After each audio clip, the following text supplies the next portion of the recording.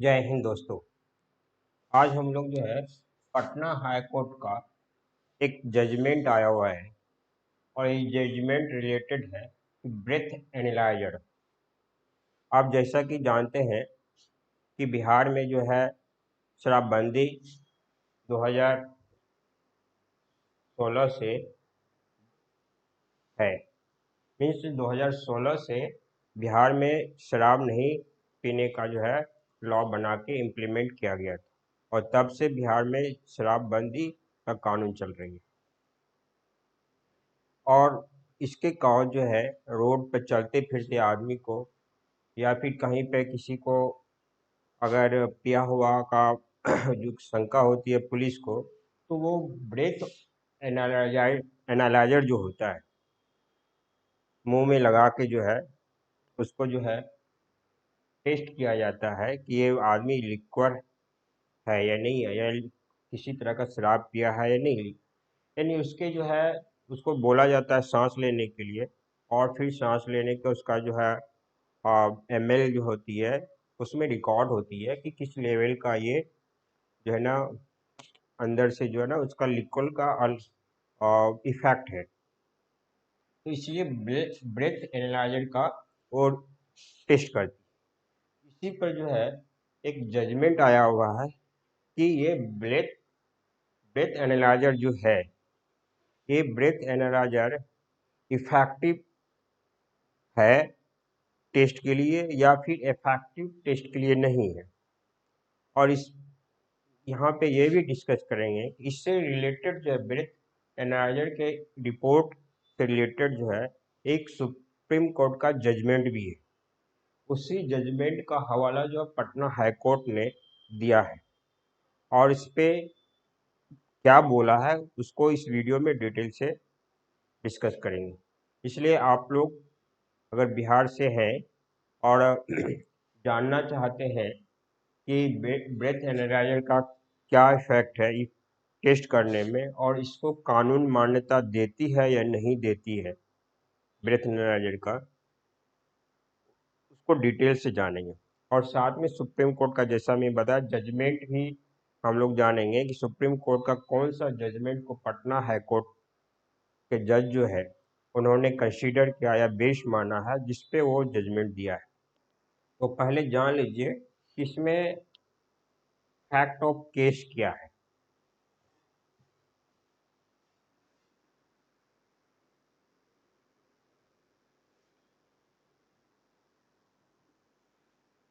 Fact of case है कि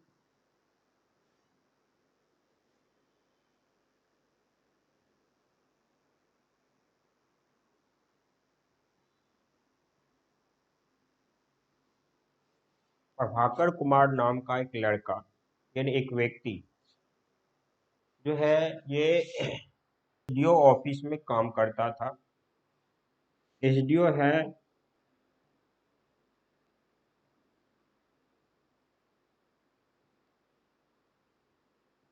निर्मली, जो सुपौल डिस्ट्रिक्ट में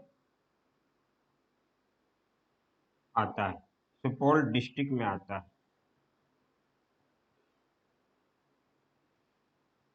सुपौल डिस्ट्रिक्ट में जो निर्मली एसडीओ का ऑफिस सुपौल डिस्ट्रिक्ट में आता है, उसी ऑफिस में ये प्रभाकर नाम का व्यक्ति काम करता था और ये क्लर्क था, एक क्लर्क था। एक दिन फरवरी के महीने ये व्यक्ति जो है इसके हिसाब से जो बोल रहा है कि ये व्यक्ति प्रभाकर कुमार ऑफिस आता है और उसको जो है पहले एक दो दिन पहले से कोल्ड जो है नहीं कफ का प्रॉब्लम था, ठंडा लगी हुई थी या सर्दी था, उसने कफ सिरप पिया हुआ था। तो ऑफिस जब आता है ये, तो ऑफिस में किसी व्यक्ति को पता चलता है कि ये व्यक्ति जो है प्रभाकर कुमार ये शराब पिया हुआ है। तो फिर ये बात जो है ना एसडीओ तक जाती है। एसडीओ तक जब जाती है तो इस प्रभाकर कुमार को बुला के एसडीओ ने प्रभाकर कुमार को सारी बात पूछती है तो प्रभाकर कुमार रिप्लाई में जवाब देता है कि मैं कफ सिरप पिया हुआ हूँ, मुझे कोल्ड हो गया था, मुझे सर्दी हो गई थी, जो है जिसके लिए मैं कफ सिरप पिया हूँ। लेकिन एसडीओ उसकी बात नहीं मानता। तो एसडीओ ने जो है वो डेथ एनालाइजर जो है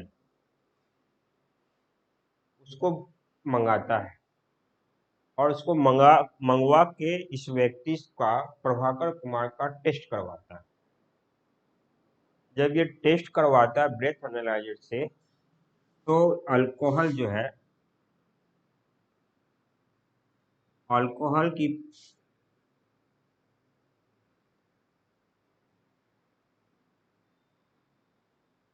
मात्रा ये पाई जाती है 100 से 102 ml के बीच में अल्कोहल की मात्रा उसकी बॉडी में पाई जाती है। जब अल्कोहल की मात्रा पाई जाती है प्रभाकर कुमार के बॉडी में, तो एसडीओ जो है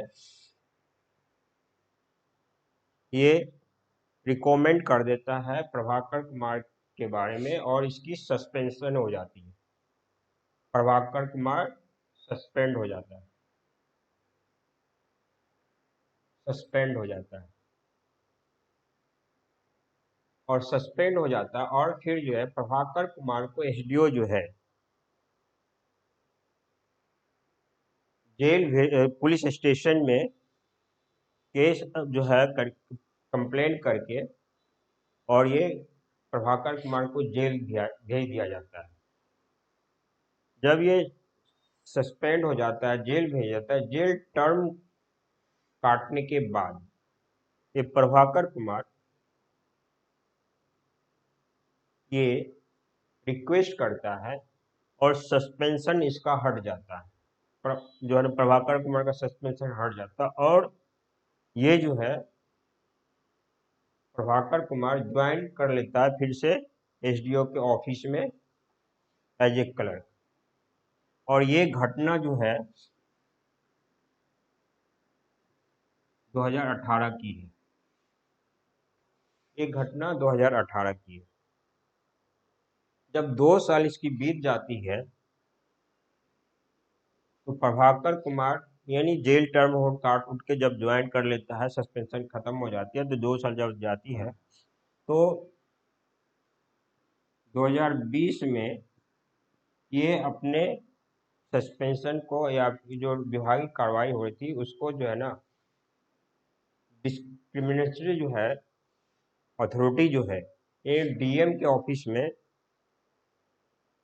जो वहाँ पे सर्विस का जो पॉलिसी के आधार पे उसके किसी के कैरेक्टर के बारे में जिन्हें छानबीन किया जाता है, तो वो सब के लिए अथॉरिटी होती है। तो उस अथॉरिटी के लिए 2020 में ये डीएम के यहाँ ये जो इसका ऑर्डर था प्रभाकर कुमार के अगेंस्ट, उसको प्रभाकर कुमार चैलेंज करता है। जब चैलेंज करता है तो डीएम जो है ना इसके चैलेंज को डिसमिस कर देता है। डीएम जो है ये डिसमिस कर देता है। जब डीएम डिसमिस कर देता है, इसी बीच में जो डिसमिस हो जाती है, इसी बीच में ये प्रभाकर कुमार जो है का डेथ हो जाता है। ये डेथ हो जाता है इसका इसका डेथ हो जाता है। जब इसका डेथ हो जाता है और ये डीएम का ऑफिस से कैरेक्टर के बारे में जो निगरानी करती है उसका जो है अपील किया है यहाँ पे प्रभाकर कुमार एसडीओ के ऑफिस में जो घटना हुई थी उस पे जो आरोप लगा था उसके अगेंस्ट, तो डीएम जैसा कि मैं बताया डिसमिस कर देता है। तो फिर ये कानूनी कार्रवाई यहाँ से कोर्ट की कार्रवाई चालू हो जाती है। प्रभाकर कुमार की वाइफ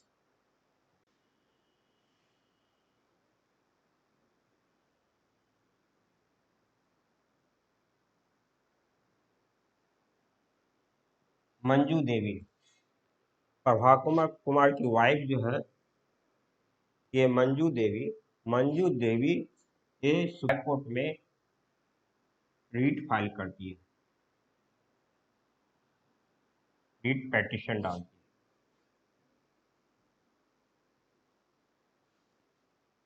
रीट पेटिशन डालती है मंजू देवी, जो प्रभाकर कुमार की वाइफ है। प्रभाकर कुमार डेथ कर चुके हैं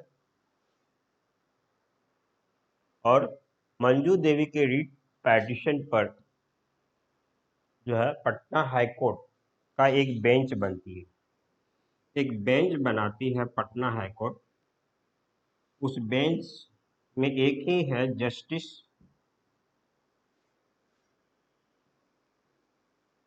विवेक कुमार। जस्टिस विवेक कुमार की एक सिंगल जज की एक बेंच बचती है और इस रीट को जो मंजू देवी ने फाइल किए है उस रीट का वो सुनवाई करती है।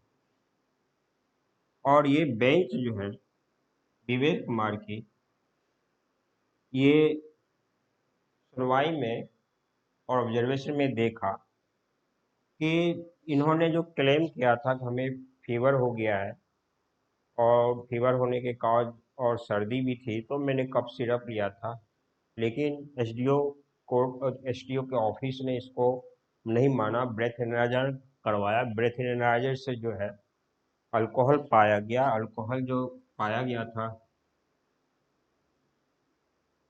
ml 100 से 102 ml तक पाया गया था। वो सब ऑब्जर्वेशन करने के बाद पटना हाई कोर्ट का बेंच जस्टिस विवेक कुमार जो है इस नतीजे पे पहुंचा कि ब्रेथ एनालाइजर जो है वो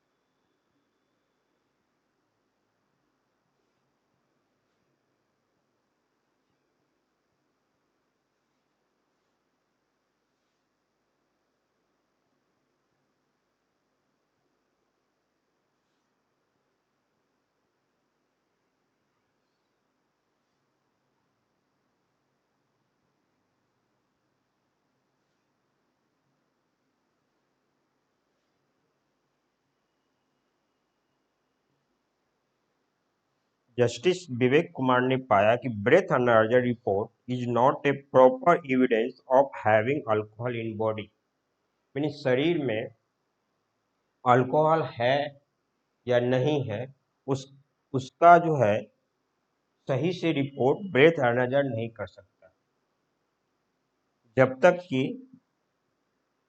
यूरिन और ब्लड टेस्ट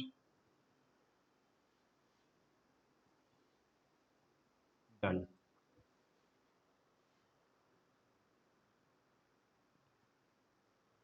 until यूरिन और ब्लड टेस्ट इज डन, जब तक यूरिन और ब्लड टेस्ट नहीं किया जाता है तो ब्रेथ एनालाइजर का रिपोर्ट बॉडी में अल्कोहल है या नहीं है उसका एविडेंस ये नहीं देता है। ब्रेथ एनालाइजर ये ब्रेथ एनालाइजर नहीं देता है, या यहाँ पे देखिए ब्रेथ एनालाइजर नहीं देता। और पटना हाई कोर्ट ने सुप्रीम कोर्ट का केस स्टार्टर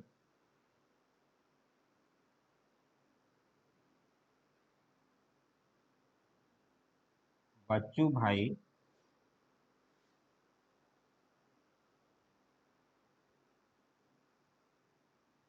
हसन अली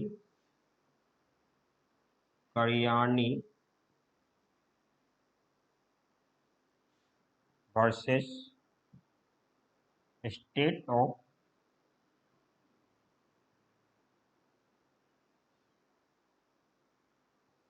महाराष्ट्र का केस पे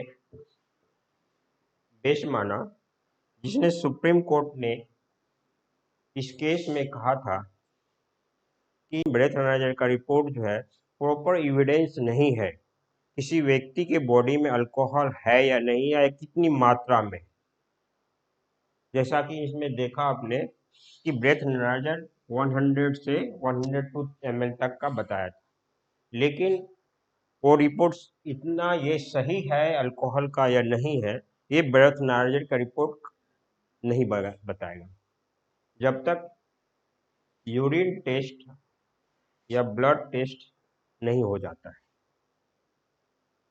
तो आपने ये देखा कि पटना हाई कोर्ट का जजमेंट है ब्रेथ एनालाइजर पे कि ब्रेथ एनालाइजर सही से रिपोर्ट नहीं दे सकता है कि कोई व्यक्ति की बॉडी में अल्कोहल है या नहीं है, जब तक उसका यूरिन टेस्ट या ब्लड टेस्ट नहीं होता है, जो कि टेस्ट प्रभाकर के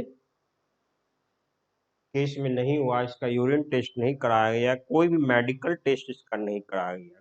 ब्रेथ एनालाइजर जो मेडिकल टेस्ट नहीं है, जबकि लॉ जो है मेडिकल टेस्ट को मानती है, कोई डिवाइस वाइस का टेस्ट नहीं, जब तक वो मेडिकली सर्टिफाइड नहीं है। अब जो ना इस केस का मैं टाइटल बता देता हूँ।